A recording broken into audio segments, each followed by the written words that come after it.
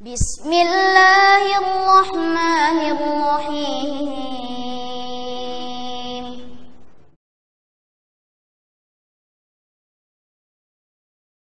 Bismillahirrahmanirrahim. Assalamualaikum warahmatullahi wabarakatuh.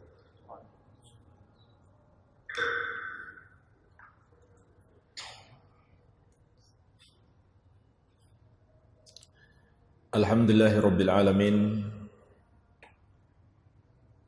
Wassalatu wassalamu ala rasulihil amin wa ala alihi wa sahabatihi ajma'in wa man tabi'ahum bi ihsanin ila yaumiddin, amma ba'd. Fa ikhwani fid din wa akhwati fillah, kaum muslimin wal muslimat yang saya cintai dan saya muliakan, rahimani wa rahimakumullah. Semoga Allah Azza wa Jalla senantiasa mencurahkan rahmatnya kepada kita sekalian. InsyaAllah ta'ala kita akan melanjutkan pembahasan kitab Thalathatul Usul wa Adillatuha, 3 prinsip utama agama Islam dan dalil-dalilnya. Kita masih pembahasan prinsip yang pertama, yaitu tentang ma'rifatullahi azza wa jalla, mengenal Allah azza wa jalla. Dan alhamdulillah sudah kita bahas mengenal Allah adalah mengimani Allah Azza wa Jalla sebagai satu-satunya Rabb kita yang menciptakan, yang menguasai dan mengatur seluruh makhluk, yang memberikan rezeki dan mencurahkan segala kenikmatan untuk hamba-hambanya, dan mengimani hanya Dia saja yang berhak disembah. Semua yang disembah selain Dia adalah batil, salah, tidak benar. Oleh karena itu jemaah sekalian, puncak pengenalan terhadap Allah adalah memahami, mengimani, dan meyakini kebenaran serta mengamalkan kalimat la ilaha illallah. Inilah puncak pengenalan terhadap Allah, terkandung dalam kalimat la ilaha illallah, yang artinya la ma'buda haqqun illallah. Tidak ada yang berhak disembah kecuali Allah Azza wa Jalla. Dan apabila kita telah memahami Allah Dialah yang berhak disembah, diibadahi, dan itulah kewajiban kita terbesar di muka bumi ini, beribadah kepada Allah. Dan Allah telah menjadikan itu sebagai tujuan hidup kita, serta misi diutusnya seluruh para nabi dan rasul alaihimussalatu wassalam. Maka kalau begitu, kita harus paham dengan apa kita beribadah kepada Allah. Oleh karena itu, inilah yang akan kita bahas. Amalan-amalan yang bernilai ibadah di sisi Allah. Amalan-amalan yang disyariatkan untuk beribadah kepada Allah Subhanahu wa taala. Kita pelajari, kita kenali, untuk kemudian kita murnikan hanya kepada Allah semata-mata, tidak sedikit pun kita berikan kepada selain Allah. Dan jemaah sekalian, makna ibadah itu sendiri secara bahasa artinya adalah al-khudu' wat-tadhallul. Al-khudu' wat-tadhallul. menundukkan diri, dan menghinakan diri. Ini makna ibadah secara bahasa. Menundukkan diri kita dan menghinakan diri kita. Makanya dari makna bahasa ini, kita pun sudah bisa memahami hakikat ibadah. Dan secara istilah atau secara syariat, ibadah itu pengertiannya bisa kita lihat dari dua sisi. Bisa kita definisikan dari dua sisi. Sisi yang pertama, at-ta'abbud bihi. Dari sisi at-ta'abbud bihi,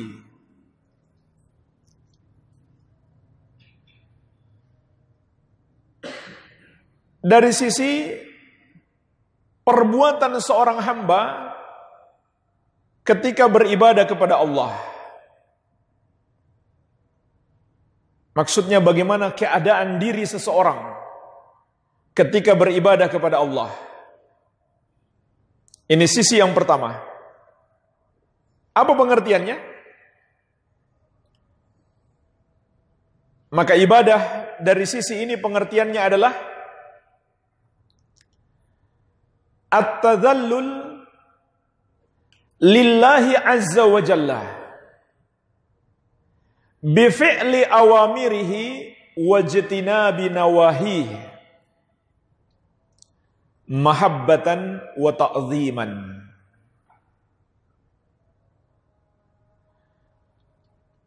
Menghinakan diri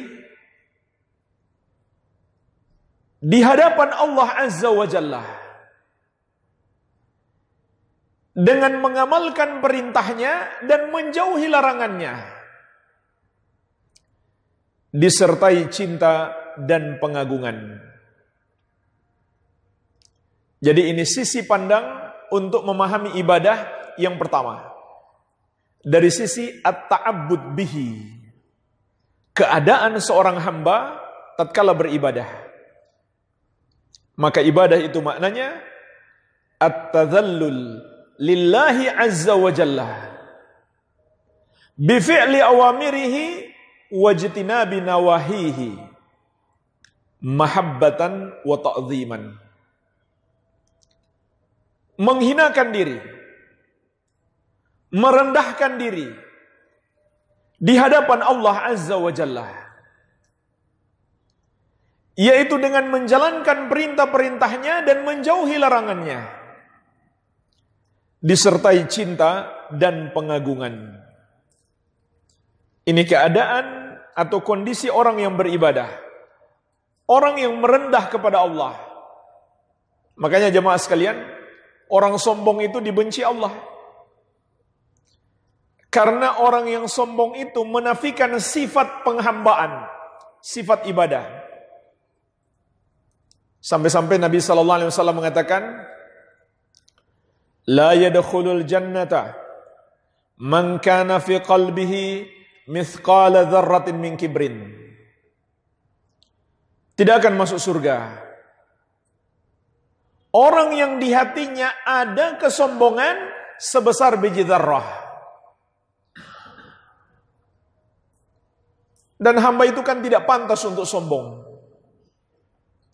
Hamba diciptakan oleh Allah, diberi rezeki oleh Allah, segala-gala kenikmatan yang dia dapatkan dari Allah. Apapun kelebihannya di dunia ini datangnya dari Allah. Maka tidak pantas dia pingin dipuji, tidak pantas dia membanggakan diri, tidak pantas pula dia menyombongkan diri. Ini 3 sifat perusak ibadah. Riya, ingin dipuji. Ujub, bangga diri. 3 yang paling parah, sombong. Apa itu sombong?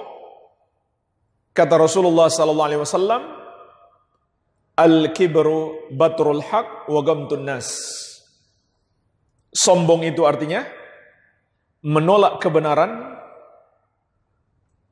dan menganggap remeh orang lain. Jadi dua kategori orang sombong. Orang yang menolak kebenaran itu orang sombong.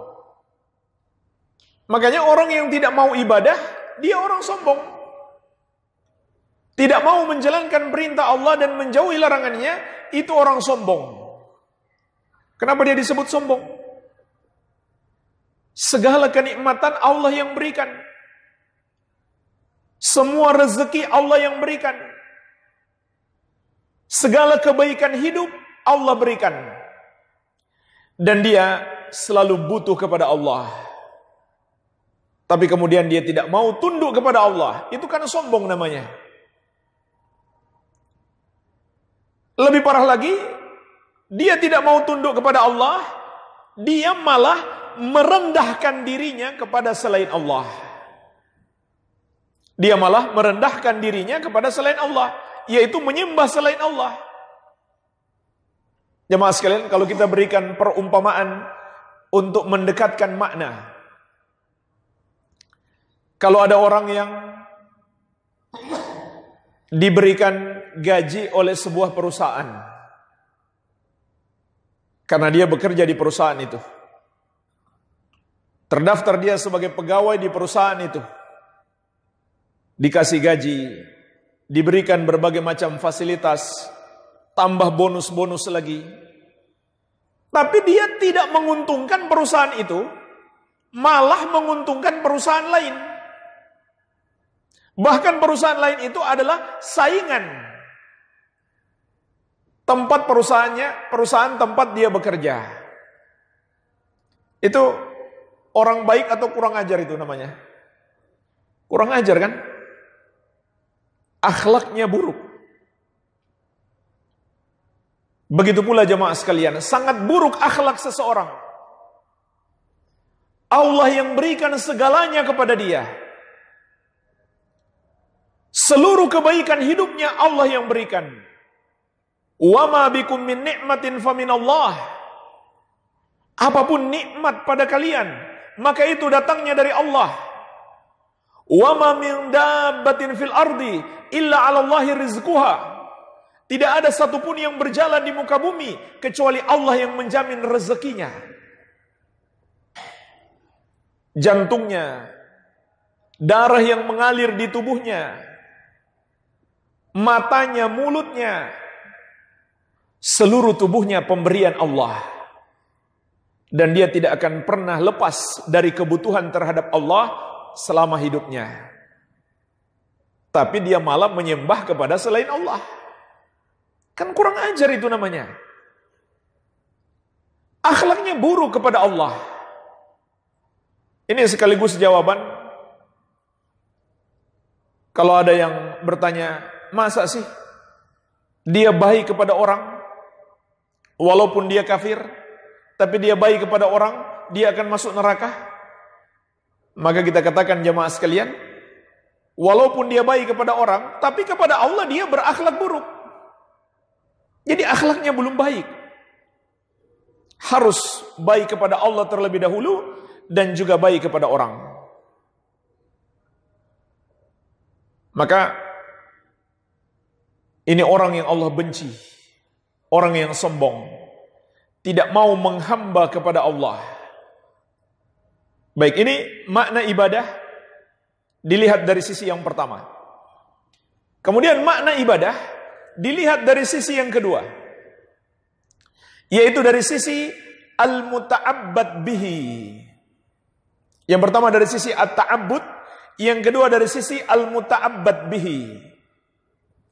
Amalan yang dia gunakan untuk beribadah. Jadi yang pertama dari sisi at-ta'abbud, keadaan seseorang, kondisi seseorang ketika beribadah. Yang kedua, dilihat dari sisi amalan yang dia gunakan untuk beribadah. Apa itu amal ibadah? Maka para ulama mengatakan, yang dimaksud amal ibadah definisinya adalah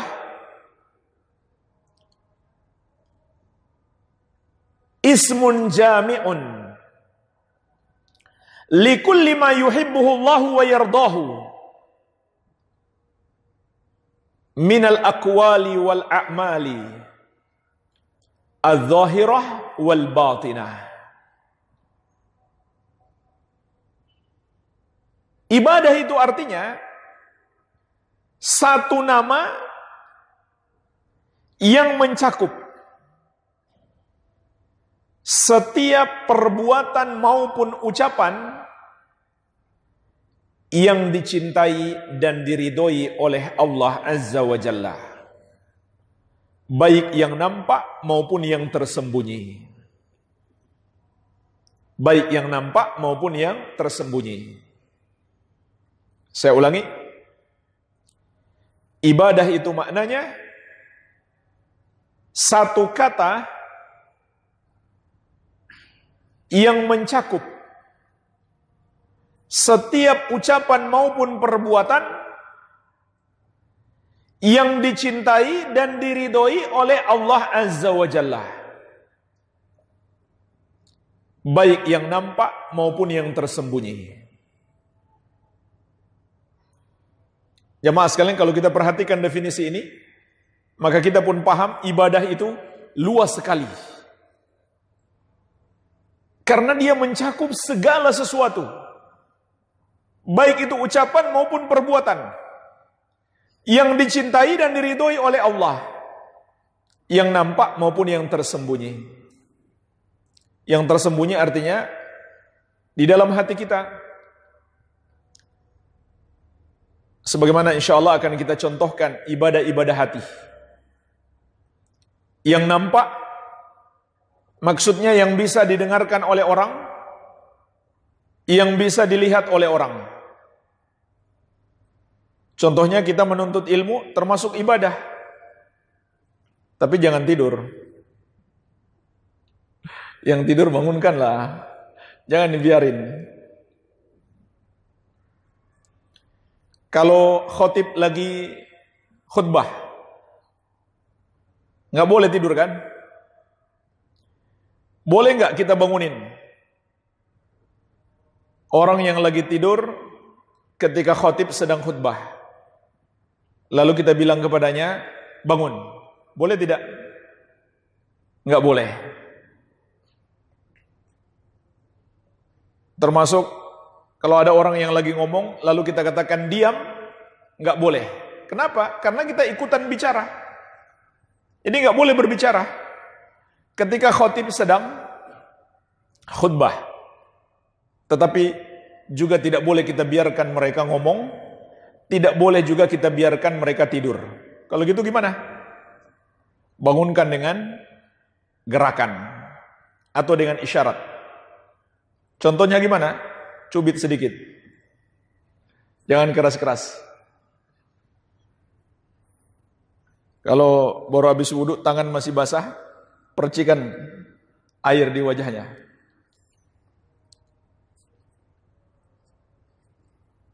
Jadi, itu definisi ibadah. Sekarang kita masuk contoh-contoh ibadah. Jadi sekali lagi, ibadah itu banyak bentuknya.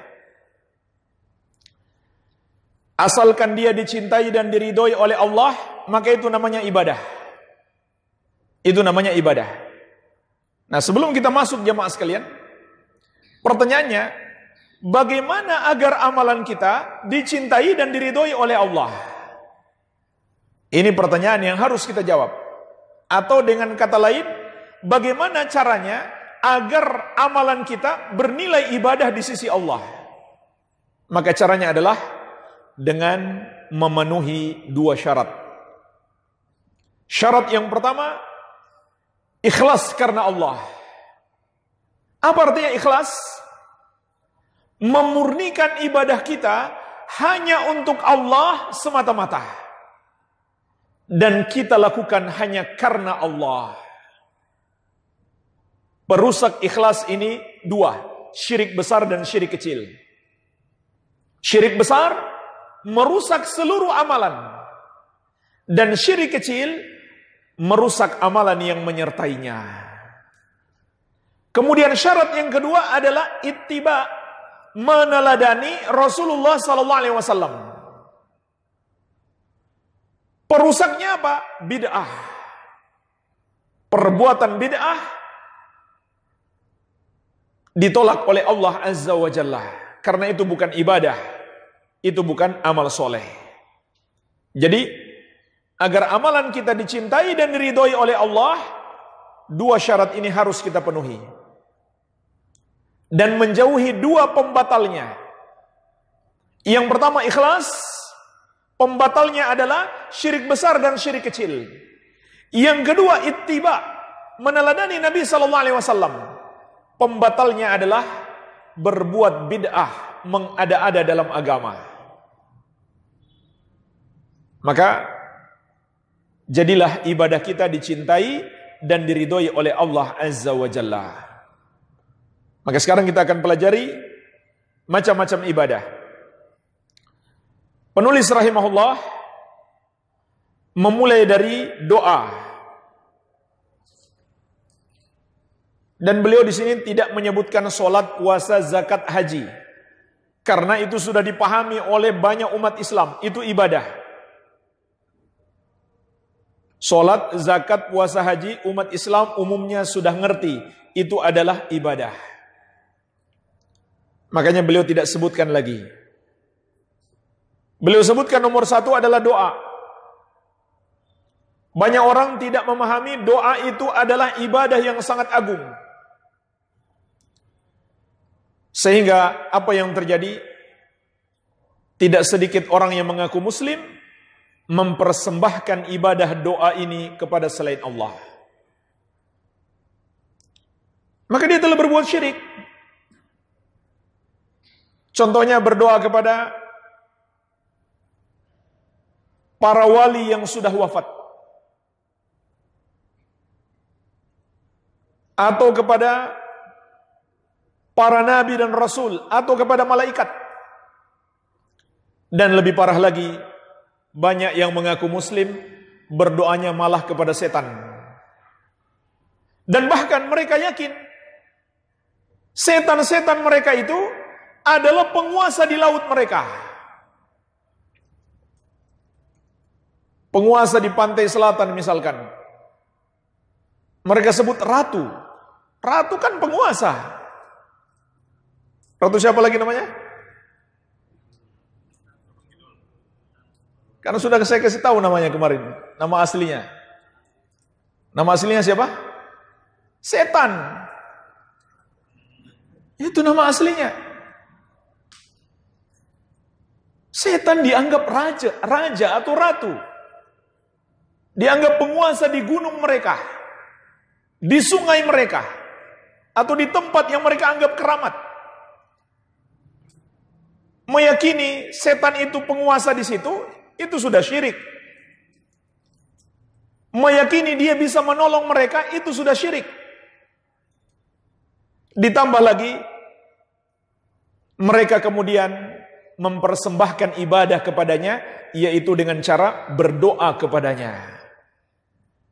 Bermohon kepadanya. Ini adalah syirik. Karena doa itu ibadah. Maka tidak boleh diberikan kepada selain Allah. Syekh menyebutkan di dalam hadis, ad-du'a'u mukhul ibadah. Doa itu adalah intinya ibadah.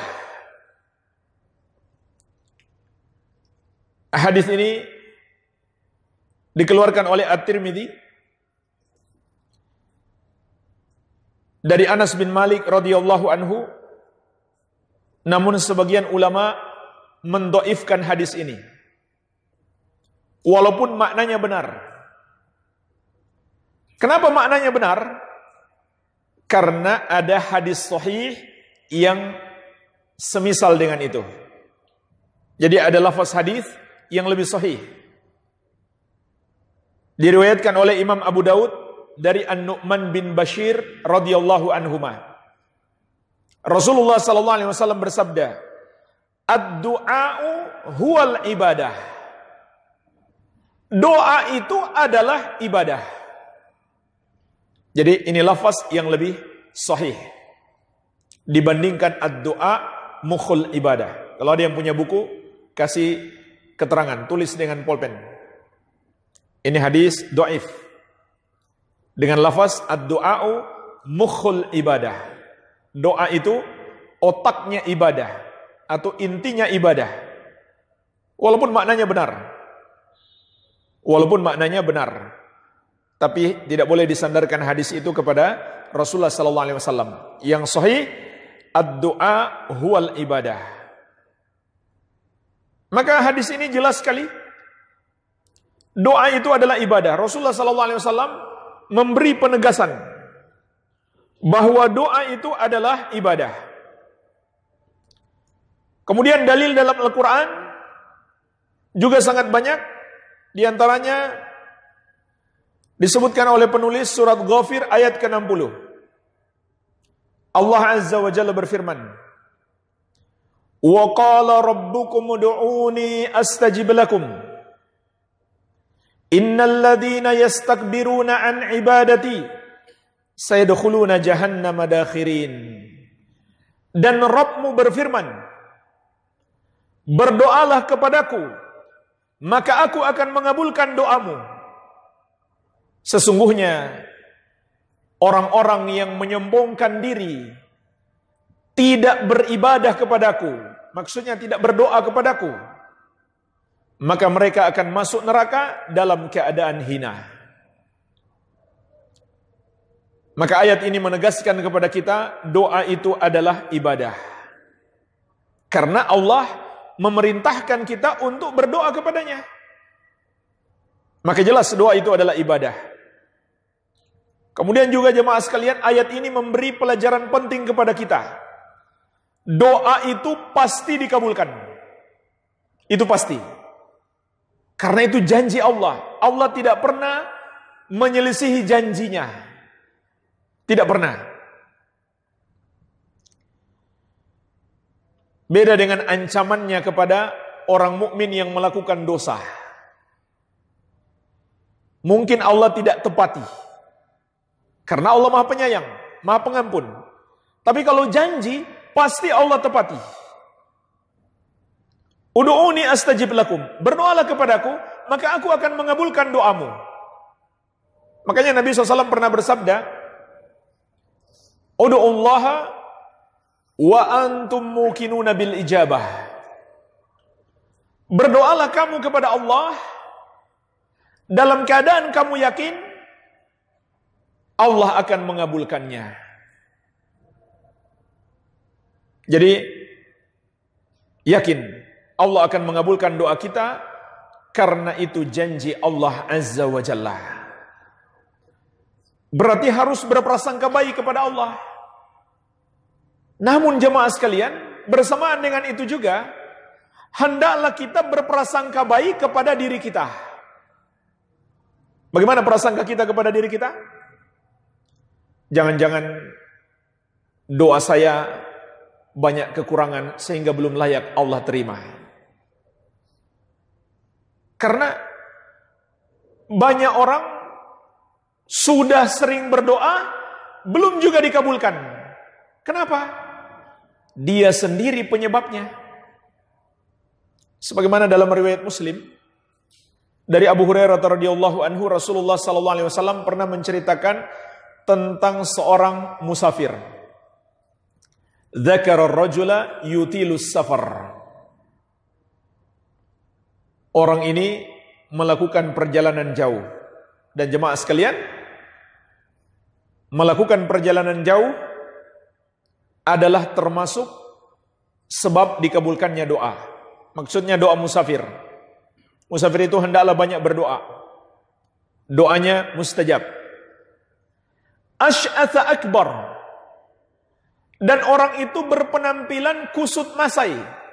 Maksudnya dia tidak bermewah-mewah, bermegah-megah dalam penampilan. Ini juga sebab dikabulkannya doa. Yamuddu yadayhi ila sama. Dan orang itu menengadahkan tangannya ke langit. Dia kumpulkan tangannya, dia angkat menghadap ke langit. Dan ini juga sebab dikabulkannya doa. Ya Rob, ya Rob. Dia memanggil Allah dengan namanya yang mulia, Rob. Dan dia lakukan ulang-ulang. Memanggil Allah dengan nama-namanya yang mulia juga sebab dikabulkannya doa. Dan mengulang-ulang doa juga sebab dikabulkannya doa. Jadi, ada berapa sebab dikabulkannya doa dia dalam hadis ini? 5. Dia musafir. Dia tidak bermegah-megahan dalam penampilan. Dia mengangkat tangannya ke langit. Dia memanggil Allah dengan namanya yang maha mulia. Dan dia mengulang-ulang doanya, tidak sekali saja. Tapi jemaah sekalian, Nabi SAW mengatakan, wa mat'amuhu haramun. Makanannya haram. Wa mashrabuhu haramun, minumannya haram. Wa malbasuhu haramun, pakaiannya haram. Wa ghudhiya bil haram, dan dia tumbuh dari yang haram. Fa anna yustajabu lahu, bagaimana mungkin doanya dikabulkan? Jadi dia sendiri yang menghalangi dikabulkannya doanya. Maka jemaah sekalian, berprasangka buruklah kepada diri kita. Jangan-jangan masih banyak perintah Allah yang belum saya tunaikan. Masih banyak larangan Allah yang saya langgar, sehingga doa saya belum juga dikabulkan. Jangan-jangan masih banyak hak orang yang belum kita tunaikan. Hak orang tua, hak istri, hak anak. Atau sebaliknya, istri hak suami belum dia tunaikan dengan baik. Maka itu menghalangi diterimanya doanya. Bagaimana dengan makanan kita? Bagaimana dengan minuman kita? Jangan-jangan penghasilan kita masih mengandung yang haram, mengandung riba, mengandung korupsi. Baik korupsi uangnya maupun korupsi waktunya. Datang kerja terlambat, pulang lebih cepat, tapi ambil gaji penuh. Itu haram. Selisihnya adalah haram. Ini semua jemaah sekalian menghalangi diterimanya doa kita. Kalau tidak ada penghalang-penghalang diterimanya doa, maka ayat ini menegaskan kepada kita, doa kita pasti dikabulkan. Doa kita pasti dikabulkan oleh Allah Azza wa Jalla. Oleh karena itu jemaah sekalian, jangan pernah seseorang itu berputus asa dari pengabulan doa. Itu bukan sifat orang yang beriman. Baik. Kemudian ulama menjelaskan doa itu terbagi dua. Doa itu terbagi dua. Doaul ibadah dan doaul mas'alah. Doa ibadah dan doa permohonan atau permintaan. Apa yang dimaksud doa ibadah? Semua amal ibadah kita, salat, puasa, zakat, haji, sedekah, berbakti kepada orang tua, pada hakikatnya itu semua adalah doa. Karena kita melakukan itu dengan harapan Allah menganugerahkan rahmatnya dan ampunannya kepada kita. Jadi kita minta kepada Allah dengan perbuatan. Ini yang dimaksud dengan doaul ibadah. Yang kedua, doaul masalah. Doa berupa permohonan. Ada sesuatu yang kita minta kepada Allah. Ada sesuatu yang kita minta kepada Allah Azza wa Jalla.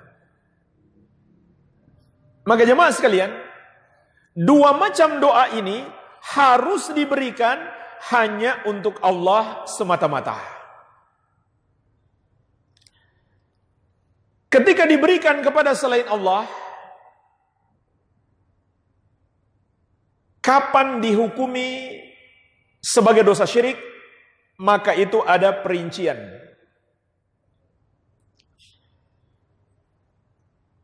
Doa ibadah ketika dipersembahkan kepada selain Allah secara mutlak itu adalah syirik. Otomatis. Contohnya jemaah sekalian, kalau ada orang yang sholat untuk menyembah kepada selain Allah atau untuk mengagungkan selain Allah, maka ini otomatis menjadi syirik. Pelakunya disebut musyrik, menyebabkan Islamnya batal. Tapi apa ada orang yang sholat untuk menyembah kepada selain Allah padahal dia mengaku muslim? Jawabannya hampir tidak ada. Namun faktanya ada. Contohnya apa? Ada orang mencari masjid yang ada kubur keramat. Dia sholat di situ, niatnya bukan sekedar menyembah Allah, tapi juga untuk mengagungkan penghuni kubur itu. Ini musyrik. Sholat itu untuk mengagungkan Allah. Kalau dia sholat di situ untuk mengagungkan penghuni kubur tersebut, maka dia telah berbuat syirik.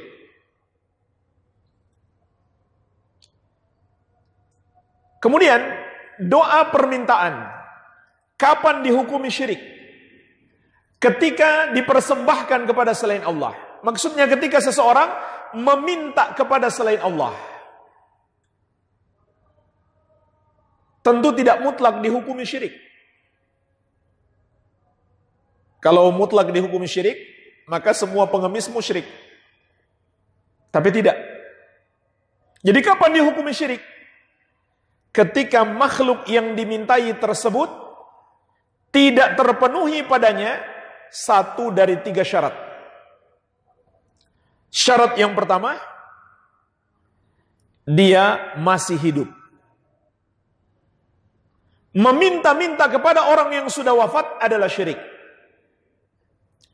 Syarat yang kedua, dia hadir. Hadir dalam artian kita bisa berkomunikasi secara wajar dengannya. Kalau ada seorang wali misalkan, entah dia ada di mana, lalu kita dari sini memanjatkan permintaan kepadanya, seakan-akan dia maha mendengar. Seakan-akan kita meyakini dia maha mendengar dan maha mampu mengabulkan doa kita. Maka itu syirik. Begitu pula memohon, berdoa kepada para jin, itu adalah syirik. Kemudian syarat yang ketiga, permintaan tersebut adalah sesuatu yang mampu dilakukan oleh makhluk. Kalau kita minta sesuatu yang hanya mampu dikabulkan atau dilakukan oleh Allah, tapi kita minta itu kepada makhluk, maka itu syirik. Maka itu adalah syirik. Contoh, yang bisa menurunkan hujan hanya Allah. Yang bisa menumbuhkan tanaman hanya Allah. Kalau kita minta kepada makhluk agar diturunkan hujan atau ditumbuhkan tanaman, ini permintaan yang syirik. Meminta sesuatu kepada makhluk yang hanya mampu dikabulkan oleh Allah.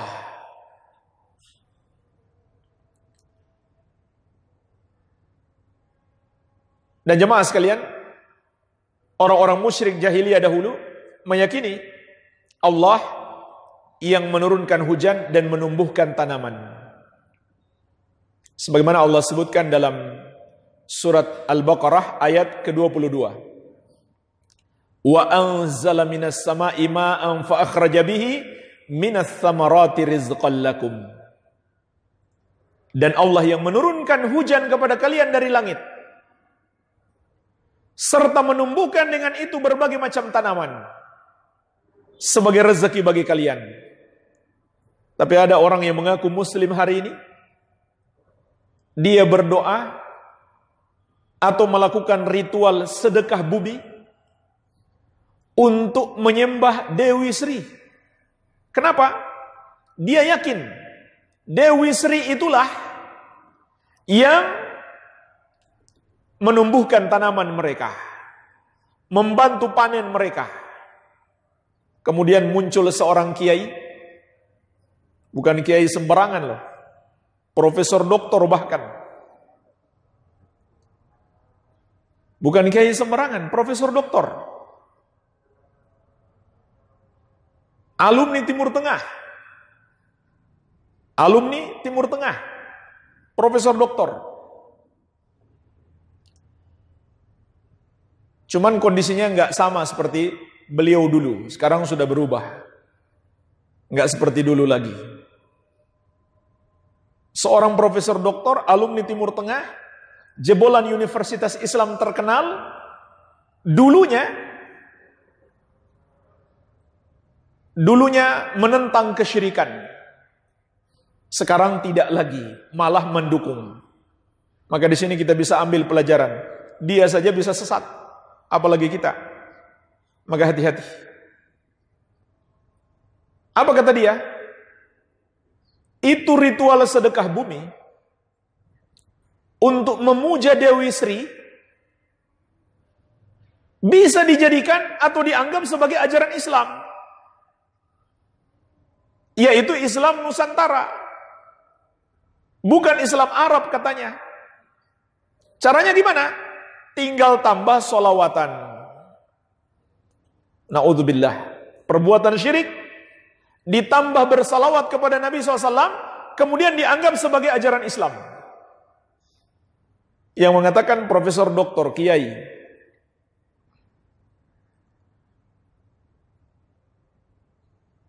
Kemudian kiai satunya lagi masih seorganisasi, tetapi punya akal sehat dan mengambil garis lurus. Mengambil garis lurus. Apa kata beliau?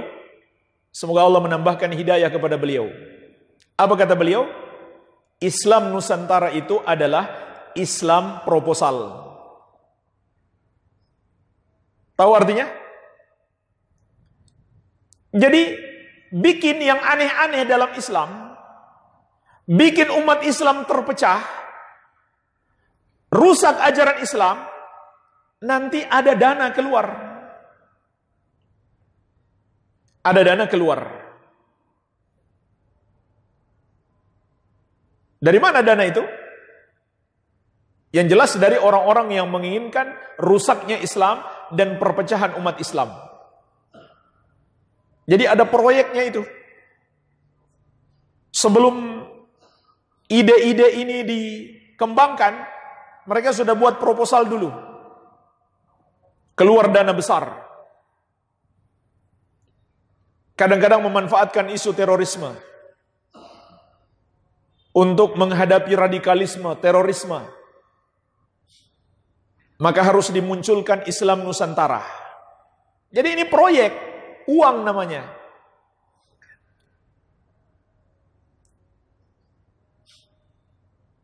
Ada kepentingan-kepentingan politik, kepentingan duniawi, kepentingan uang di balik itu. Termasuk yang kental sekali kepentingan politiknya, menghilangkan istilah kafir untuk non-muslim. Tujuannya apa? Supaya nanti non-muslim, kafir, boleh dipilih oleh umat Islam menjadi pemimpin dunia semuanya. Kalau berpadu dengan syubhat, maka berpadulah antara syahwat dan syubhat. Syahwat dunia dan syubhat, kesesatan akidah. Dan Nabi SAW sudah mengingatkan kita akan datangnya zaman seperti ini. Zaman akidah dijual dengan uang dan kepentingan politik. demi menggapai kekuasaan, walaupun harus menjual akidah. Dalam hadis riwayat Muslim dari Abu Hurairah radhiyallahu anhu,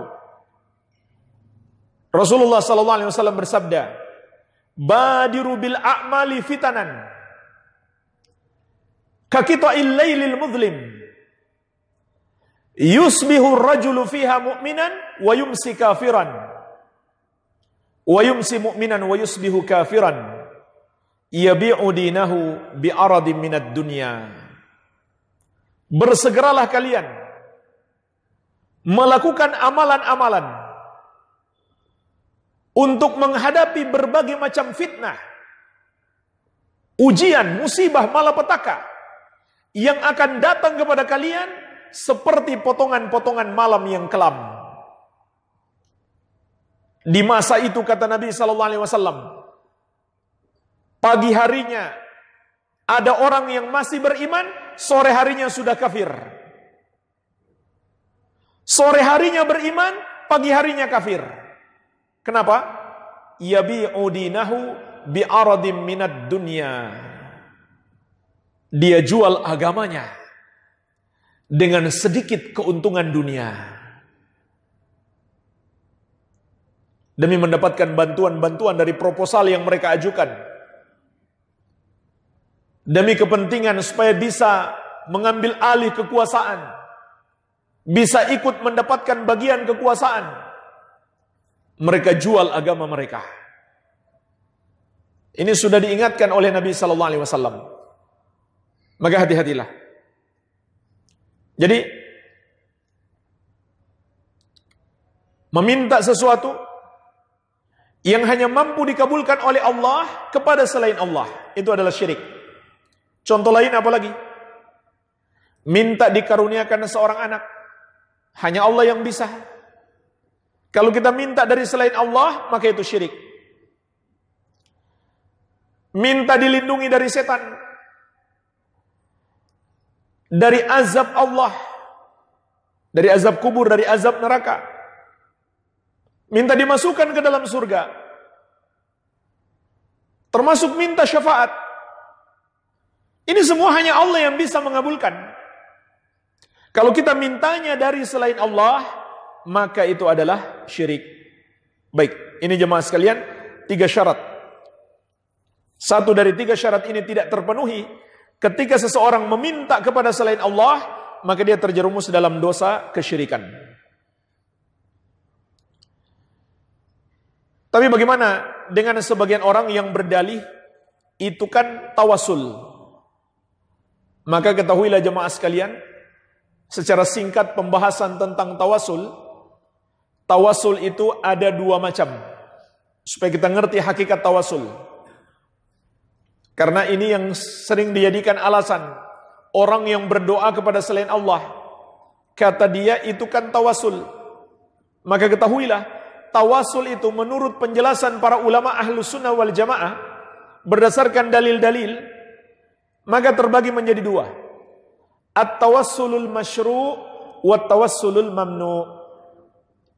Tawassul yang disyariatkan dan tawassul yang terlarang. Tawassul yang disyariatkan itu ada 3. Yang pertama, bertawassul dengan nama-nama dan sifat-sifat Allah. Yaitu kita berdoa kepada Allah dengan menyebut nama-namanya yang maha indah dan sifat-sifatnya yang maha mulia. Contohnya Nabi SAW berdoa, Ya Hayyu Ya Qayyum, birahmatika astaghitsu. Ya Hayyu Ya Qayyum, ini 2 nama Allah, Al-Hayyu dan Al-Qayyum. Kemudian birahmatika, dengan sifat rahmatmu. Ini contoh tawasul dengan nama Allah dan sifat Allah. Ini yang terbaik. Ya Hayyu Ya Qayyum. Nama Allah Al-Hayyu dan Al-Qayyum. Ketika ditambah huruf ya dan alif, huruf untuk memanggil, maka alif lamnya dihilangkan.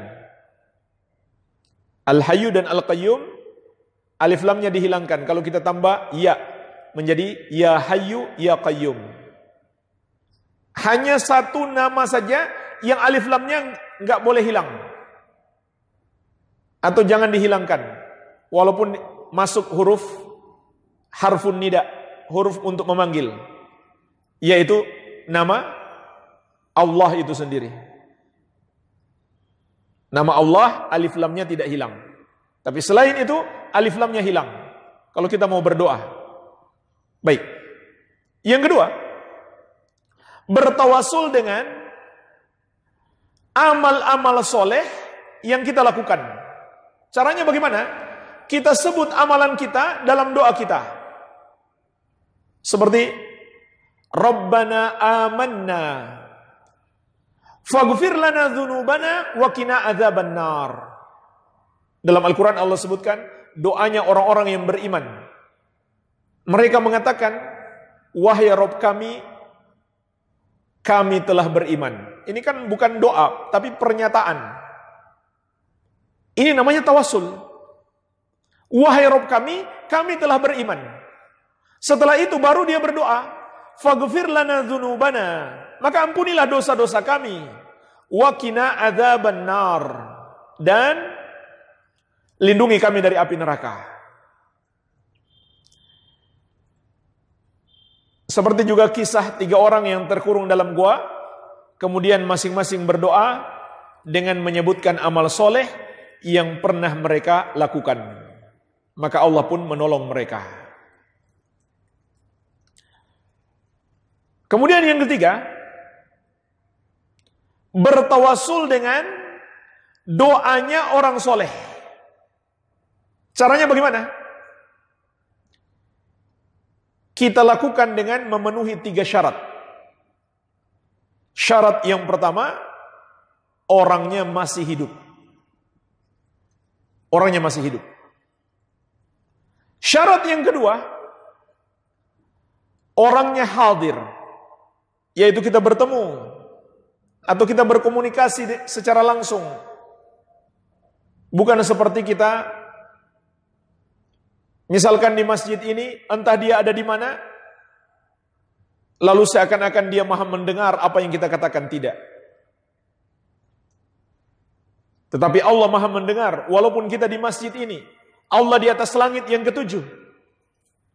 Namun Allah maha mendengar. Kalau makhluk kita perlakukan seperti itu, entah dia di mana, kita di sini, berarti kita samakan dia dengan Allah. Maka syarat yang kedua, dia hadir. Syarat yang ketiga, dia orang soleh beneran. Karena tidak sedikit dianggap orang soleh, ternyata dukun. Bahkan orang gila. Orang gila dianggap sebagai orang soleh untuk dimintai doa. Mintai doa masih mending. Malah nanya perkara gaib. Nanya nomor. Nomor berapa nih keluar? Dalam perjudian, naudzubillah. Orang gila dianggap wali, dianggap tahu perkara gaib. Ini adalah syirik. Meyakini makhluk tahu perkara gaib adalah kesyirikan. Jadi terpenuhi 3 syarat ini. Contohnya, ada seorang kiai misalkan, kiai beneran, ustadz beneran, atau enggak harus ustadz, kawan kita, dia kita lihat Masya Allah orang baik, kita minta didoakan, boleh. Apalagi kalau dia mau melakukan perjalanan haji atau umroh, minta didoakan. Tapi enggak usah ditulis, lalu minta difoto, enggak perlu. Bilang aja, tolong doakan saja, tolong doakan saya. Ini sudah mau ganti presiden masih jomblo. Contoh saja. Boleh, tidak masalah. Itu termasuk tawasul. Itu termasuk tawasul. Sebagaimana dulu Rasulullah SAW didatangi oleh para sahabat, minta didoakan. Tapi jemaah sekalian, setelah Nabi SAW wafat, tidak seorang pun sahabat yang berdoa kepada beliau. untuk diteruskan kepada Allah atau minta beliau yang mengabulkan. Tidak ada. Tidak di kubur beliau, tidak di tempat yang lain. Oleh karena itu, tawassul yang kedua adalah at-tawassulul mamnu'. Tawassul yang terlarang. Tawassul yang terlarang. Tawassul yang terlarang terbagi menjadi dua. Yang pertama, at-tawassul syirki. Tawassul yang syirik. Bentuknya seperti apa? Ada dua. Bentuk yang pertama, dia berdoa kepada para wali atau makhluk siapa saja dengan harapan doanya diteruskan kepada Allah. Ini bentuk yang pertama. Bentuk yang kedua, dia berdoa kepada makhluk dengan harapan makhluk itulah yang mengabulkan doanya. Nggak perlu diteruskan kepada Allah. Dua-duanya adalah syirik, namun yang kedua lebih parah. Tapi dua-duanya adalah syirik, walaupun yang kedua lebih parah. Kenapa itu syirik? Karena doa adalah ibadah. Ibadah tidak membutuhkan perantara. Ibadah tidak membutuhkan perantara. Dan Nabi SAW tidak pernah mengajarkan cara berdoa seperti itu. Jadi itu syirik sekaligus juga bid'ah. Kalau ada yang bertanya, apakah bid'ah itu syirik? Tergantung. Bid'ah ada yang syirik, ada yang tidak syirik. Kalau mengandung syirik, maka syirik. Contohnya ini. Berdoa dengan menjadikan para wali atau makhluk sebagai perantara. Ini bid'ah sekaligus syirik. Kenapa syirik? Karena doa itu adalah ibadah. Tidak boleh makhluk dijadikan perantara untuk berdoa kepada Allah Azza wa Jalla. Dan subhanallah jemaah sekalian, orang-orang musyrik jahiliyah dahulu, juga tujuan mereka sebenarnya menyembah kepada selain Allah, agar yang mereka sembah itu menjadi perantara. Sebagaimana Allah sebutkan dalam Al-Quran, وَالَّذِينَ اتَّخَذُوا مِن دُونِهِ أَوْلِيَاءَ مَا نَعْبُدُهُمْ إِلَّا لِيُقَرِّبُونَ إِلَى اللَّهِ زُلْفَى. Orang-orang yang menyembah kepada selain Allah, maka mereka pun berkata, kami tidak menyembah sesembahan-sesembahan itu kecuali agar mereka mendekatkan kami kepada Allah sedekat-dekatnya. Jadi alasan mereka mirip dengan alasan orang-orang musyrik dahulu. Agar didekatkan kepada Allah, disampaikan ibadah mereka kepada Allah.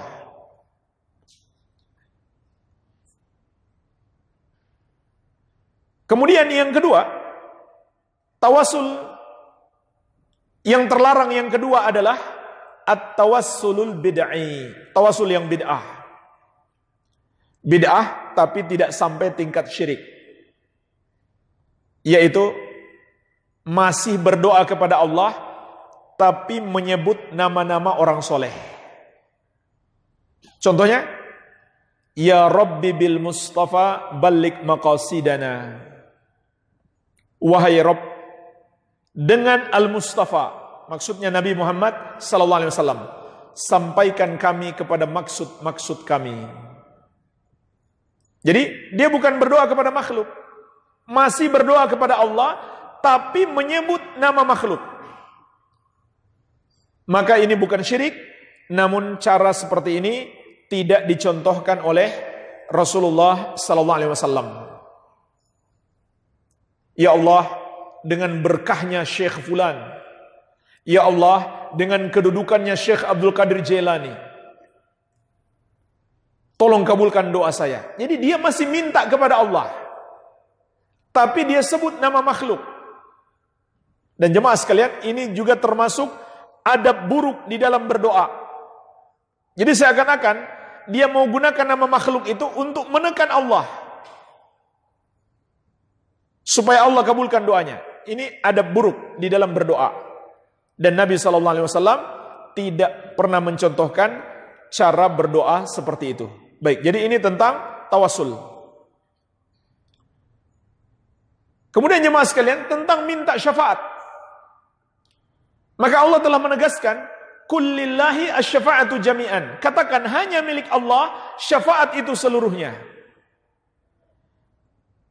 Berarti syafaat milik khusus Allah. Tadi sudah kita sebutkan syarat ketiga.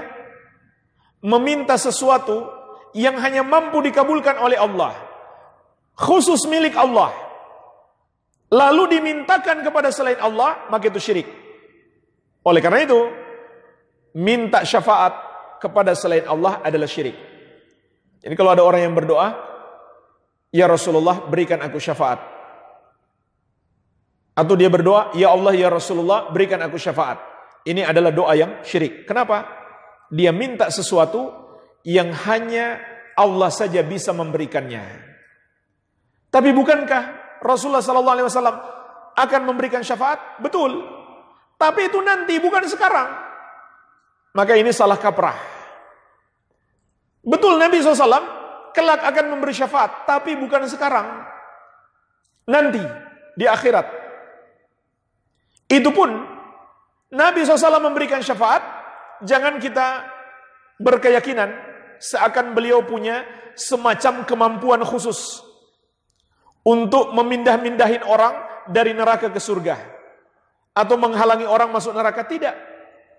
Tapi beliau akan tersungkur, bersujud, bermohon kepada Allah. Lalu Allah izinkan memberi syafaat. Caranya beliau beri syafaat gimana? Beliau berdoa kepada Allah supaya selamatkan si fulan dari neraka. Begitu caranya. Tunggu izin dari Allah, baru beliau bisa memberi syafaat. Jadi syafaat itu betul-betul milik Allah. Makanya Allah tegaskan, "Man dzalladzi yashfa'u indahu illa biiznih." Siapa yang bisa memberi syafaat di sisi Allah kecuali dengan izinnya. Jadi Nabi SAW bermohon kepada Allah. Dan beliau tidak akan bisa memberi syafaat kalau Allah tidak meridhoi orang yang diberi syafaat.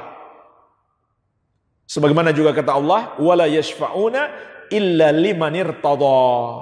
Mereka tidak bisa memberi syafaat kecuali bagi siapa yang mendapatkan ridho Allah. Dan jemaah sekalian, Allah hanya akan ridho kepada orang yang tidak berbuat syirik. Adapun orang-orang yang berbuat syirik, tidak ada harapan lagi mendapatkan syafaat. Sebagaimana kata Allah, "Wa ma lidzalimina min hamimi wala syafi'i yuta." Tidak ada bagi orang-orang zalim itu kawan setia dan pemberi syafaat yang akan ditaati. Baik. Kemudian, manusia dalam berdoa ada 3.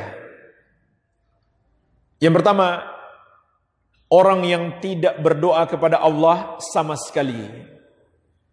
Maka dia disebut mustakbirun kafirun.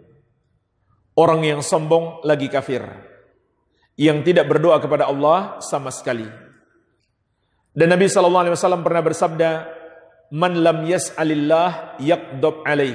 Barang siapa yang tidak memohon kepada Allah, maka Allah murka kepadanya. Kemudian yang kedua, orang yang berdoa kepada Allah, tapi berdoa juga kepada selain Allah, maka dia disebut musyrikun kafirun. Orang musyrik lagi kafir.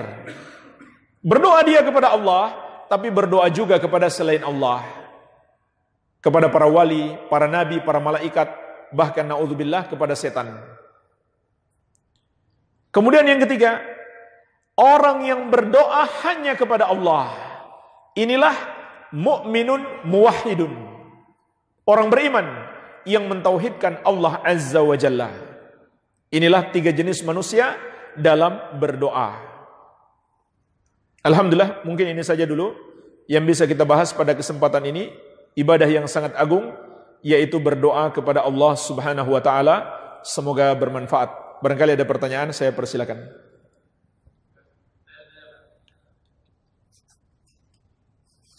Silakan, Pak. Waalaikumsalam warahmatullahi wabarakatuh.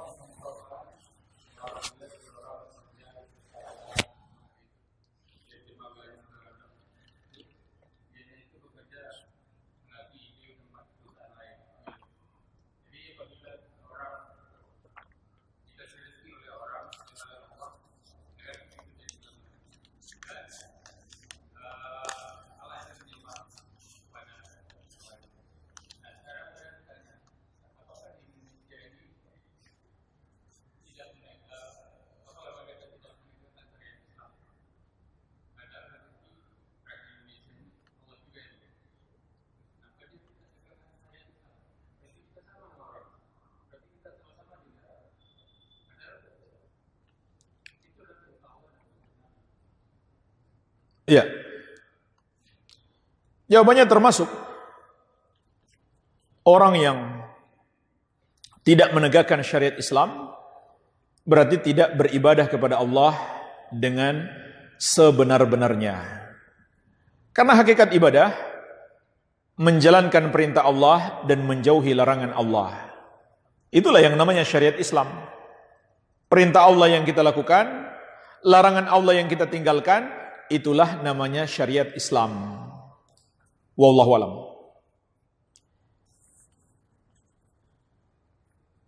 Apakah ada ilmu kasyaf bisa menyingkap perkara gaib? Bisakah kita memastikan diri kita atau orang lain masuk surga? Bolehkah kita menjanjikan kepada seseorang bahwa aku akan membawamu ke surga? Pertama, jemaah sekalian,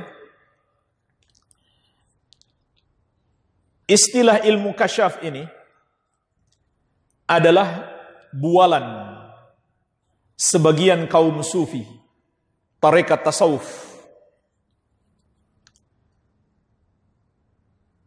Mereka mengklaim diberikan mukasyafah oleh Allah, tersingkap perkara gaib katanya. Ini adalah penipuan terhadap umat dan pembohongan. Karena sudah jelas Allah Azza wa Jalla menegaskan, "Kulla ya'lamu man fis samawati wal ardil ghaiba illallah." Katakan, tidak ada yang tahu perkara gaib, satupun makhluk di langit maupun di bumi, kecuali Allah Azza wa Jalla. Dan Allah juga menegaskan, sebagian kecil perkara gaib itu Allah beritahukan kepada makhluknya, tapi hanya makhluk khusus. Siapa mereka?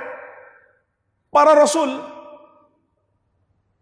Bukan manusia biasa.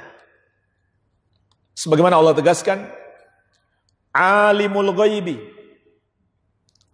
fala yudhiru ala ghaibihi ahadan illa man irtada mir rasulin. Allah yang maha mengetahui perkara gaib, maka Allah tidak tampakkan perkara gaib tersebut kepada seorang pun kecuali kepada rasul yang Allah ridhoi. Jadi ada orang bukan nabi, bukan rasul, sok tahu perkara gaib, sok tahu masa depan, sok tahu apa yang akan terjadi besok, maka ketahuilah dia adalah pendusta besar. Dan itulah namanya dukun dalam syariat. Bukan wali, walaupun dia dianggap wali, dianggap ulama, dianggap ustadz, tapi sebenarnya dia adalah dukun. Jadi ini hakikatnya. Sudah jelas Allah tegaskan, Allah tidak tampakkan perkara gaib tersebut kecuali kepada Rasul melalui wahyu. Yang aslinya para nabi dan rasul itu tidak tahu perkara gaib. Bagaimana mungkin ada orang bukan nabi dan bukan rasul, dia tahu perkara gaib? Seakan-akan dia lebih tinggi daripada nabi dan rasul. Sudah sejajar dengan Allah. Allah tegaskan tentang Rasulullah sallallahu alaihi wasallam. Allah suruh beliau untuk mengatakan, "Qul la amliku li nafsi naf'an wa la darran illa ma syaa Allah. Walau kuntu a'lamul ghaiba lastakthartu minal khair wa ma massani as-su."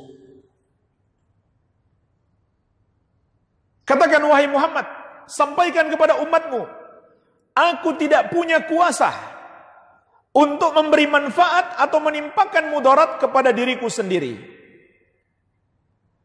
Aku juga tidak tahu perkara gaib. Seandainya aku tahu perkara gaib, aku akan memperbanyak kebaikan dan tidak akan ditimpa keburukan. Dan jemaah sekalian, kenyataannya Nabi SAW ditimpa berbagai macam musibah. Contohnya di perang Uhud. Gigi beliau patah, kepala beliau berdarah. Seandainya beliau tahu perkara gaib, beliau bisa menghindar. Mau ada serangan datang, sudah tahu duluan. Ternyata beliau tidak tahu. Kalau Allah tidak memberikan wahyu, maka beliau tidak tahu. Kok ada orang yang merasa lebih hebat daripada Nabi dan Rasul alaihi wassalatu wassalam. Namun sayangnya banyak umat seperti itu.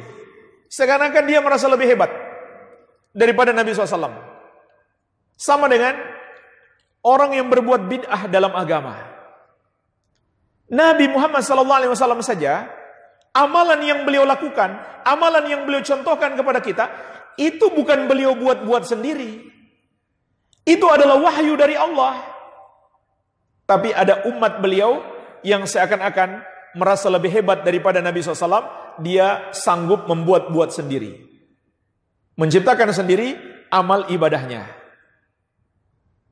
Jadi, ini adalah termasuk penyimpangan bahkan kesyirikan. Terkadang memang mereka menerima bisikan tentang hal-hal gaib. Mereka pikir itu dari Allah. Ternyata itu permainan setan. Permainan setan. Dan mereka pun, setan mereka gunakan, dan mereka anggap setan itu khadam, pembantu. Pembantu mereka.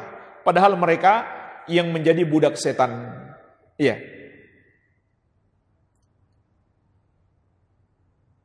Kemudian memastikan diri kita atau orang lain masuk surga. Ini juga termasuk perkara gaib. Dari mana kita bisa memastikan diri kita dan orang yang lain masuk surga? Tidak mungkin kecuali melalui wahyu. Makanya kita yakin Rasulullah SAW pasti masuk surga. Kenapa? Ada wahyu, ada dalil. Kita yakin Abu Bakar, Umar, Utsman, Ali pasti masuk surga. Kenapa? Ada dalilnya. Jadi nggak mungkin kita tahu kecuali melalui dalil, melalui wahyu. Bahkan jemaah sekalian, orang yang sudah jelas-jelas kita lihat,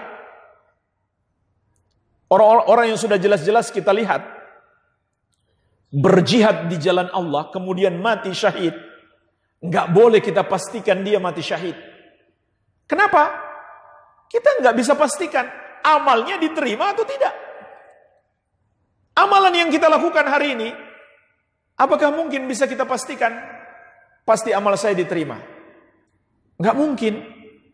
Karena itu ilmu gaib di sisi Allah. Dan juga orang lain kita nggak tahu hatinya ikhlas atau tidak. Makanya Imam Bukhari rahimahullah, beliau membuat satu bab dalam kitab sahihnya, bab la yuqal fulan syahid. Tidak boleh mengatakan fulan itu syahid. Nabi SAW bersabda, Allahu a'lamu biman yujahid fi sabilillah. Allahu a'lamu biman yujahid fi sabili, wallahu a'lamu biman yuklam fi sabili. Allah yang lebih tahu siapa yang betul-betul berjihad di jalannya dan siapa yang terluka di jalannya. Karena ada orang berjihad, kita kelihatannya dia di jalan Allah, tapi dia tidak berniat membela agama Allah. Mungkin dia cuma pingin terkenal, pingin disebut pemberani, atau dia semata-mata membela sukunya, bangsanya, negaranya, bukan membela agama. Itu bukan mati syahid. Mati syahid itu adalah membela agama Allah Azza wa Jalla. Iya. Kecuali dia bela negaranya, karena itu negaranya kaum muslimin, maka itu ibadah. Tapi kalau semata-mata karena dia tinggal di situ, itu bukan jihad di jalan Allah Azza wa Jalla. Iya.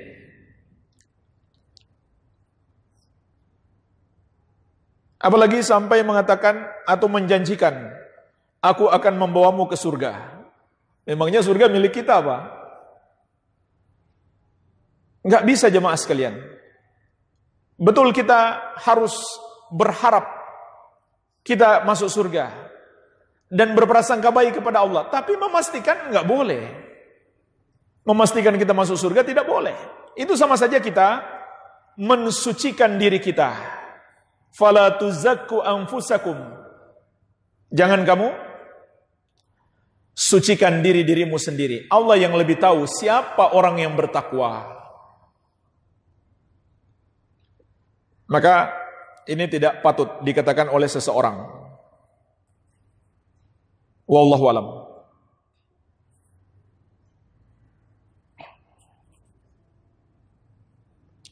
Apa hukumnya bertawasul dengan keutamaan surat di dalam Al-Quran? Contoh, Ya Allah, dengan kemuliaan surat Al-Fatihah, bukakan segala pintu kebaikan. Jawabannya boleh insyaallah. Karena Al-Quran adalah kalamullah. Dan kalamullah adalah sifat Allah. Maka boleh. Begitu pula bertawasul dengan bacaan kita. Berarti bertawasul dengan amal soleh kita. Ya Allah, dengan bacaanku ini, kabulkanlah doaku. Maka itu boleh. Ada orang yang bekerja di satu bank, lalu gajinya diinfakkan untuk pembangunan masjid. Apakah perbuatan orang tersebut mengandung nilai ibadah? Jawabannya tidak. Kalau bank itu bank riba, maka penghasilannya haram. Dia membantu transaksi yang haram, maka penghasilannya juga haram. Dan Nabi SAW bersabda, Innallaha thayyibun la yaqbalu illa thayyiban. Sesungguhnya Allah itu maha baik, tidak menerima kecuali yang baik. Jadi Allah enggak terima dari harta yang haram. Tapi boleh dia berikan kepada orang-orang fakir. Dan jangan dia niatkan sedekah. Apa yang dia niatkan? Berlepas diri dari harta haram. Kalau kita punya harta haram, kita berikan kepada orang fakir, dan kita niatkan untuk berlepas diri dari harta haram, bukan niat sedekah. Dan kita enggak dapat pahala sedekah. Seputar doa bersama yang dilakukan sebagian masyarakat setelah suatu acara tertentu, baik bersifat keagamaan atau bukan. Bagaimana hal tersebut dan bagaimana sikap kita?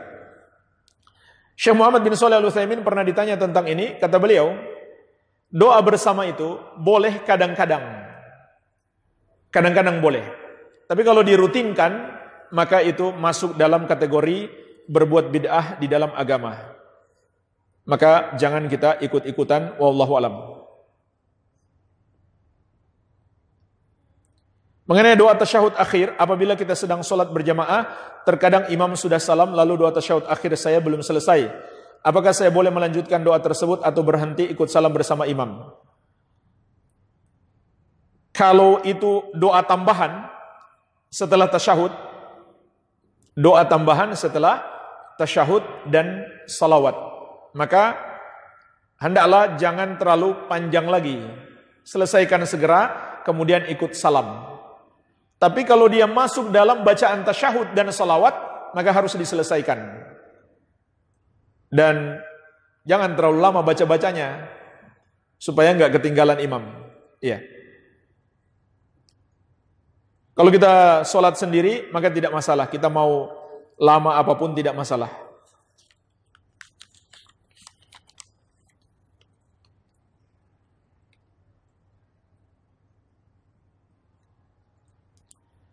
Indah sekali jika melihat orang dapat berdoa khusyuk. Saya sulit sekali berdoa khusyuk. Bagaimana cara menghadirkan jiwa untuk dapat berdoa dan merangkai kata yang indah dalam doa? Pertama, enggak usah merangkai kata sendiri. Baca saja doa-doa yang ada dalam Al-Quran dan hadis. Itu lebih bagus. Enggak usah kita buat-buat sendiri. Kita buat-buat sendiri belum tentu benar hasilnya.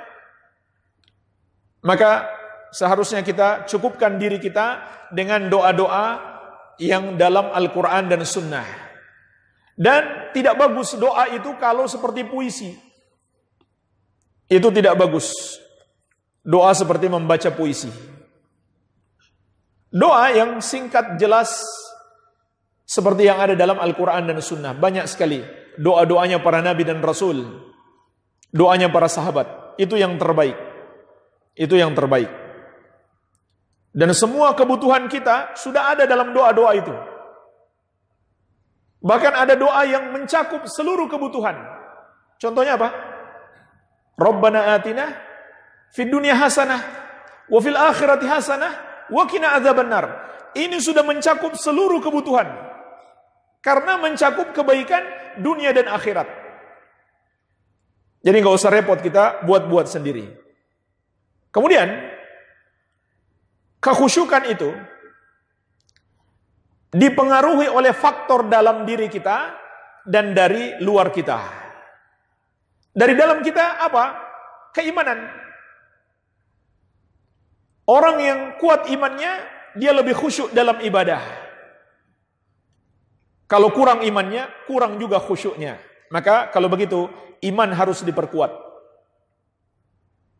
Dan faktor terbesar penguat keimanan adalah mendalami ilmu agama, mengenal Allah, mengenal keagungan dan kebesarannya, mengetahui syariat-syariatnya. Jadi kuatkan keimanan. Dan juga berdoa, memohon kepada Allah, minta dianugerahkan khusyuk. Kemudian yang kedua, faktor luar. Faktor dari luar. Contohnya ada hal-hal yang merusak kekhusyukan, hindari. Seperti apa? Seperti ada orang ribut-ribut, ya cari tempat lain untuk berdoa yang bagus, yang tidak ada orang berisik. Begitu pula di tempat yang kalau kita sholat misalkan, di tempat yang banyak gambar-gambar, itu juga mengganggu kekhusyukan. Dan Nabi SAW pernah sholat menggunakan pakaian baru dihadiahkan ke beliau. Pakaian itu ada corak-coraknya. Itu mengganggu kekhusyukan Nabi SAW. Dan beliau nggak mau lagi pakai pakaian itu. Beliau suruh tukar yang lain. Begitu pula jemaah sekalian, Nabi SAW pernah bersabda, La solata fi hadratit ta'am wala huwa yudafi'uhu al-akhbathan. Tidak ada solat ketika makanan sudah dihidangkan atau seseorang menahan buang hajat. Kenapa? Nggak akan khusyuk dia. Makanan sudah dihidangkan, dia lagi lapar, lalu dia pergi sholat. Pikirannya pasti ke makanan. Kalau dia lagi lapar. Jadi tidak apa-apa dia makan dulu, supaya sholatnya khusyuk. Begitu pula menahan buang hajat. Maka itu mengganggu kekhusyukan. Kemudian juga jemaah sekalian, kekhusyukan itu terkait dengan cinta. Seberapa kuat cinta kita kepada Allah. Kalau kurang cinta kita kepada Allah, kurang juga khusyuk. Makanya kita khusyuk kan main HP. Karena cinta sekali kita sama HP kita. Khusyuk dengan WhatsApp, medsos, segala macam. Kalau sahabat dulu khusyuk dengan Al-Quran, khusyuk dengan doa, khusyuk ketika ibadah. Karena cinta mereka kepada Allah dan kepada amal-amal ibadah itu. Dan intinya itu kembali kepada keimanan. Wallahu alam. Di salah satu masjid di Jakarta, setiap bulannya diadakan i'tikaf bersama. Bagaimana hukumnya? Apakah ada sunnah dari Rasulullah SAW dan para sahabatnya? Sebagian ulama menjelaskan, sunnah i'tikaf itu hanyalah di 10 hari terakhir bulan Ramadan. Tidak ada yang lain. Tidak ada yang lain. Dan memang tidak ada dalilnya yang lain. Dalil Nabi SAW beriktikaf hanyalah di 10 hari terakhir bulan Ramadan. Dan itu iktikaf betulan. 10 hari full di masjid, nggak keluar-keluar. Kecuali untuk kebutuhannya sebagai seorang manusia. Buang hajat, makan, dan lain-lain. Itu namanya iktikaf. Memang Nabi SAW pernah 20 hari tapi kata para ulama, itu mengkodok yang lalu. Makanya jadi 20 hari. Karena mengkodok yang lalu. Jadi yang disyariatkan hanyalah 10 hari terakhir bulan Ramadan. Itu itikaf. Itikaf yang lain tidak disyariatkan. Iya. Begitu pula jemaah sekalian. Biasanya acara seperti ini dengan sholat malam berjamaah kan? Makanya mereka namakan mabit. Apa itu mabit? Malam bid'ah. Nah jemaah sekalian, ini pun tidak ada dalilnya. Kita bersepakat buat janji untuk qiyamul lail berjamaah, sholat malam berjamaah. Nabi SAW dan para sahabat nggak pernah melakukan hal seperti itu. Memang pernah Nabi SAW sedang sholat malam, lalu sahabat ikut. Itu kebetulan. Bukan mereka bikin kesepakatan, kita ketemu nanti malam, bermalam bersama, lalu kita sholat berjamaah. Sholat malam berjamaah. Jadi, juga tidak ada dalil melakukan sholat malam berjamaah, sholat tahajud, kecuali di bulan Ramadan. Kecuali di bulan Ramadan, yang kita sebut dengan sholat tarwih. Itulah sholat tahajud di bulan Ramadan. Iya. Wallahu a'lam.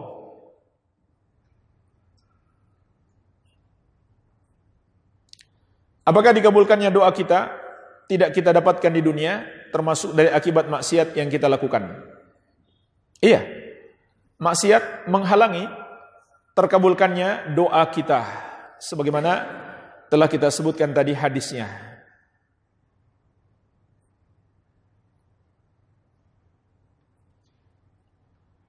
Apakah boleh setiap habis sholat wajib saya selalu merutinkan doa?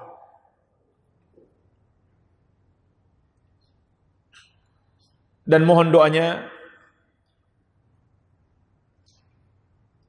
agar ayah saya rajin sholat 5 waktu dan bisa istiqomah.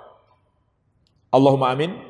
Semoga Allah memberikan hidayah kepada ayah beliau dan kita semuanya. Jadi pertanyaannya apa? Bolehkah setiap habis sholat 5 waktu, sholat wajib selalu merutinkan doa? Kalau kita rutinkan doa yang pernah dibaca oleh Nabi Sallallahu Alaihi Wasallam dalam zikir dan doa beliau, maka tidak apa-apa. Maka tidak apa-apa. Kalau doa itu berasal dari hadis Nabi SAW yang beliau baca setiap habis sholat. Tapi kalau doa yang tidak beliau rutinkan setelah habis sholat, maka jangan. Contohnya apa yang beliau rutinkan setelah sholat? Istighfar.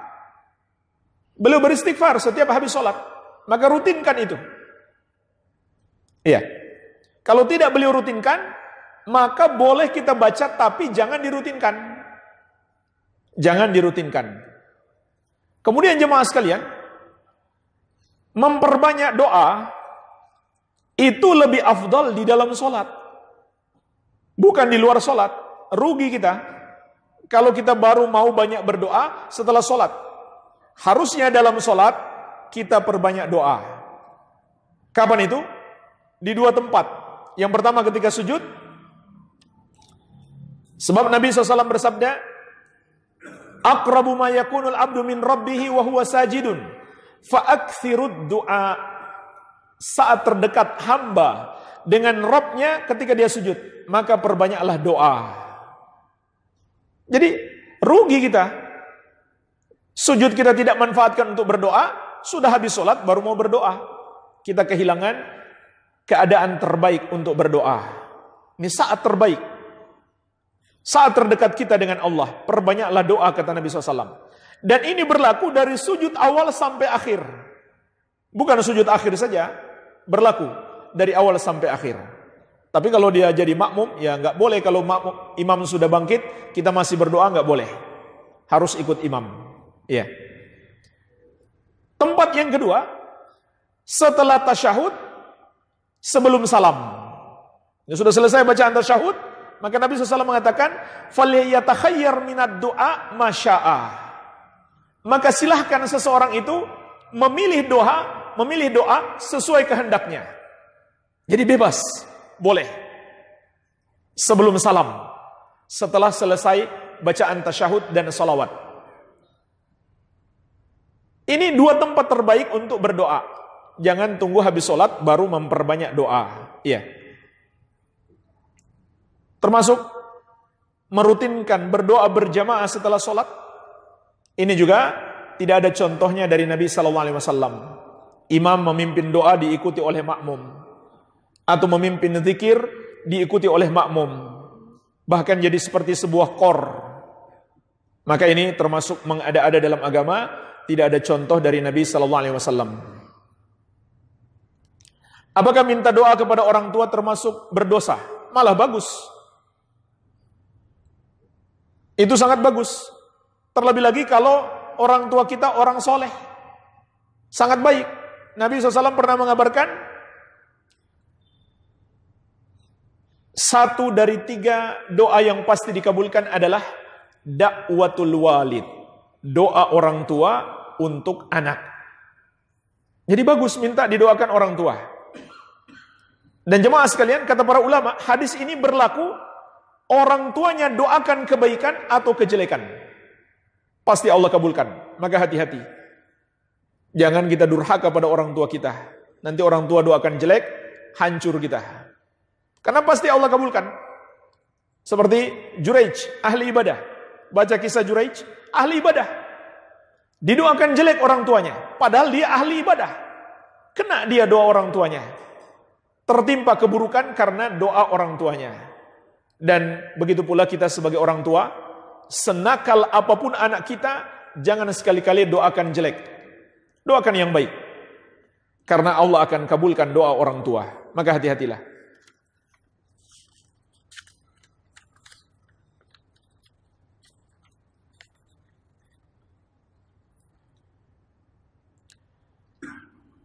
Bagaimana membantu orang sekitar untuk menyadarkannya supaya tidak berbuat syirik? Apa maksud pertanyaannya? Bagaimana membantu orang sekitar untuk menyadarkannya supaya tidak berbuat syirik? Kalau maksudnya berbuat baik kepada dia, supaya mau kita dakwahi, maka itu bagus. Jadi kita membantu dia berbuat baik kepada dia, supaya dia senang kita dakwahi. Dan itu sudah sifat manusia. Kalau kita berbuat baik kepadanya, dia akan senang mendengar saran-saran kita. Tapi kalau kita pelit, apalagi kasar kepadanya, walaupun kita menyampaikan yang baik, berat dia terima. Itu sudah sifat kebanyakan orang. Jadi sangat bagus. Dan ini metode dakwah Nabi SAW. Beliau sering berbuat baik kepada orang kafir, dengan harapan orang kafir itu mau menerima nasihat beliau. Tetapi membantu di sini, jangan membantu dia berbuat dosa. Seperti dia mau merayakan perayaan-perayaan bid'ah, lalu kita bantu. Bukan begitu cara membantunya. Itu namanya menolong dalam dosa, nggak boleh. Tapi bantu dalam hal-hal yang sifatnya mubah. Atau sekedar beri hadiah. Mungkin dia nggak butuh bantuan. Dia orang kaya sekalipun, kita kasih hadiah, itu bisa jadi sarana melembutkan hatinya, menerima dakwah kita. Nabi SAW mengatakan, tahadu tahabu. Saling memberi hadiahlah kalian, maka kalian akan saling mencintai. Jadi walaupun dia orang kaya, kita kasih hadiah, dia senang, itu akan memudahkan kita memberi nasihat kepadanya. Bila ayah mertua sudah meninggal, tapi beliau belum haji, tapi dari segi materi beliau mampu, saat sudah meninggal atau sakit, apa anaknya yang sudah haji wajib menghajikan beliau, atau itu hanya sunnah? Jawabannya tidak sampai wajib. Karena kalau dikatakan wajib, berarti berdosa yang tidak melakukan. Padahal Allah berfirman, wala taziru waziratu wizra ukhra. Seseorang tidak menanggung dosa orang lain. Jadi sangat baik seorang anak menghajikan orang tuanya yang sudah tidak sanggup haji atau sudah wafat. Dan ini termasuk amalan yang bermanfaat. Boleh. Haji dan umrah. Begitu pula sedekah. Kita bersedekah, kita niatkan untuk orang tua kita yang sudah wafat, pahalanya sampai. Begitu pula kita doakan, maka itu bermanfaat. Adapun membacakan Al-Quran untuk dikirim kepada orang tua kita, maka itu tidak ada dalilnya. Tidak ada dalilnya. Tapi jemaah sekalian, ketika kita baca Al-Quran, otomatis orang tua kita dapat pahala. Karena Allah berfirman, wa alaysa lil insan illa ma sa'a. Manusia tidak mendapatkan balasan kecuali hasil usahanya. Dan anak adalah hasil usaha orang tua. Jadi sebenarnya anak nggak perlu niatkan, ini bacaan Quran saya untuk orang tua saya. Otomatis bacaan Qurannya itu mengalir ke orang tuanya, pahalanya. Karena orang tuanya mengusahakan dia lahir ke dunia, bahkan mengusahakan pendidikannya, belajarnya Al-Quran, dan lain-lain. Begitu pula qada puasa. Orang tua kita wafat masih punya hutang puasa, maka hendaklah kita bayarkan puasanya, kita qadokkan. Iya. Tetapi dengan syarat orang tua kita masih muslim. Kalau murtad, naudzubillah, maka semua itu tidak ada gunanya. Bahkan Allah melarang kita mendoakan siapapun dia, keluarga, orang tua sekalipun, kalau mati dalam keadaan kafir atau murtad. Sebagaimana kata Allah, "Maka lin nabi walladzina amanu ayastaghfiru lil musyrikin walau kanu uli qurba." Tidak boleh bagi seorang nabi dan orang-orang beriman untuk memohonkan ampun bagi orang-orang musyrik walaupun kerabat mereka yang terdekat. Dan Allah enggak akan ampuni lagi. Jadi ini bahaya kekafiran dan kesyirikan. Apakah di saat kita qiyamul lail boleh membaca doa permintaan untuk kepentingan dunia? Apakah itu dikatakan beribadah tidak ikhlas karena Allah? Apa boleh disatukan dengan tahajud dan hajat? Mohon apakah doa yang disunahkan yang baik dibaca selesai tahajud? Jawabannya boleh, tidak masalah. Berdoa minta apa saja, kebaikan dunia dan akhirat. Ketika sholat, baik sholat sunnah maupun sholat wajib, tidak masalah.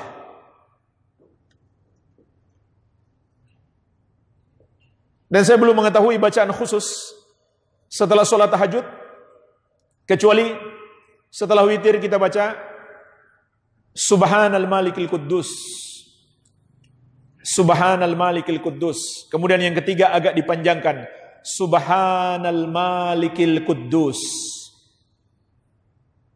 Yang saya tahu itu saja dalilnya bacaan khusus. Selain itu, silakan doa apa saja. Di sepertiga malam yang terakhir, terutama untuk memperbanyak doa dan memohon ampun kepada Allah Azza wa Jalla. Waktu terbaik untuk berdoa, sepertiga malam yang terakhir, saat Allah turun ke langit dunia seraya berfirman, "Man yad'uni fa'astajiba lahu wa man yastaghfiruni fa'aghfir lahu." Siapa yang berdoa kepadaku akan aku kabulkan. Siapa yang memohon ampun akan aku ampuni. Itu yang Allah katakan di setiap sepertiga malam yang terakhir. Jadi kalau kita katakan bukan Allah yang turun, hanya rahmat Allah, itu enggak tepat. Karena Allah berfirman dan mengatakan seperti itu. Jadi Allah sendiri yang turun, bukan sekedar rahmat Allah. Namun jangan kita samakan turunnya Allah dengan turunnya makhluk. Jadi doa apa saja boleh, tidak masalah. Malah bagus, semua doa kita, urusan dunia, urusan akhirat, minta kepada Allah. Tentu lebih penting urusan akhirat. Tapi dulu sahabat minta garam kepada Allah. Sahabat dulu minta garam kepada Allah. Berdoa, nggak ada minta kepada manusia. Nggak ada minta kepada makhluk. Dan itu tercela minta kepada makhluk, minta kepada Allah. Allah Raja yang maha kaya, lagi maha pemurah. Dan dia adalah Al-Wahhab yang maha memberi.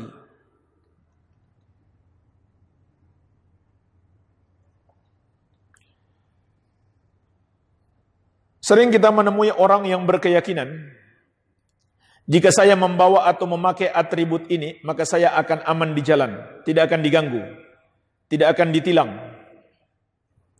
Berarti bawa SIM itu. Walaupun secara kebiasaan ini terjadi. Apakah ini termasuk syirik?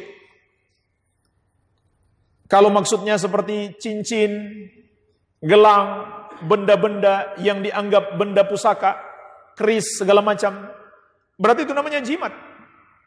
Itu namanya jimat. Maka Nabi SAW telah bersabda, Man allaqa tamimatan faqad asyrak. Barang siapa menggunakan jimat, dia telah berbuat syirik. Jadi itu termasuk syirik. Syirik besar atau syirik kecil? Jawabannya tergantung keyakinan. Kalau dia yakin benda itu hanya sebab Allah yang melindungi dia, maka itu syirik kecil. Itu adalah syirik kecil. Tapi kalau dia yakin bukan Allah, semata-mata benda itu yang melindungi dia, maka itu adalah syirik besar. Iya.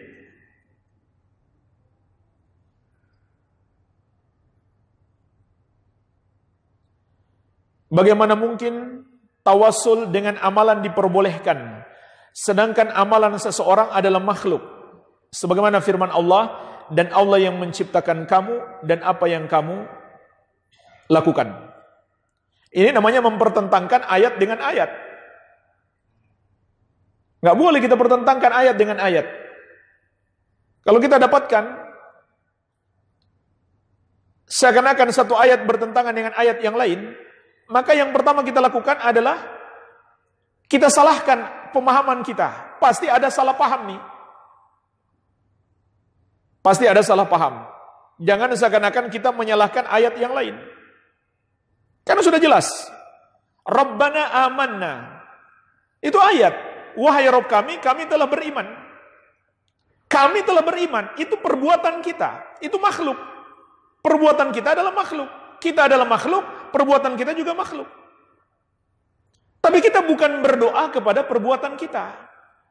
Berdoanya masih kepada Allah. Apanya yang tidak mungkin? Kan bukan berdoa kepada makhluk. Yang tidak mungkin, yang tidak boleh berdoa kepada makhluk. Tapi berdoa kepada Allah dengan menjadikan amalan kita sebagai perantara atau sebagai sarana untuk bertawasul, ada dalilnya dalam Al-Quran, ada juga dalam hadis.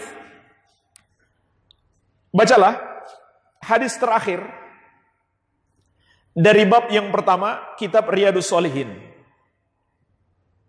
Hadisnya panjang. Hadis terakhir, bab yang pertama, kitab Riyadhus Shalihin. Kitabnya gampang didapat. Anak masih SMP sudah baca kitab itu. Sudah lama sekali diterjemahkan. Sekarang lebih keren lagi. Dicetak lebih lux. Lebih banyak penerjemahnya. Baca bab pertama, bab ikhlas, hadis terakhir. Kisah 3 orang yang terkurung dalam gua. Kemudian masing-masing berdoa dengan menyebut amal soleh yang mereka lakukan. Dan itu dijadikan dalil oleh para ulama ahlu sunnah, bertawasul dengan amalan kita. Bertawasul dengan amalan kita bukan berarti berdoa kepada makhluk. Berdoanya masih kepada Allah Azza wa Jalla. Jadi jangan salah paham. Dan jangan pertentangkan antara satu ayat dengan ayat yang lain. Semoga bermanfaat. Lebih dan kurangnya saya mohon maaf. Wabillahi taufik. Subhanakallahumma bihamdik. Asyhadu an la ilaha illa anta astaghfiruka wa atubu ilaik. Wa sallallahu ala nabiyyina Muhammadin wa alihi wa sallam. Walhamdulillahi rabbil alamin. Wassalamualaikum warahmatullahi wabarakatuh.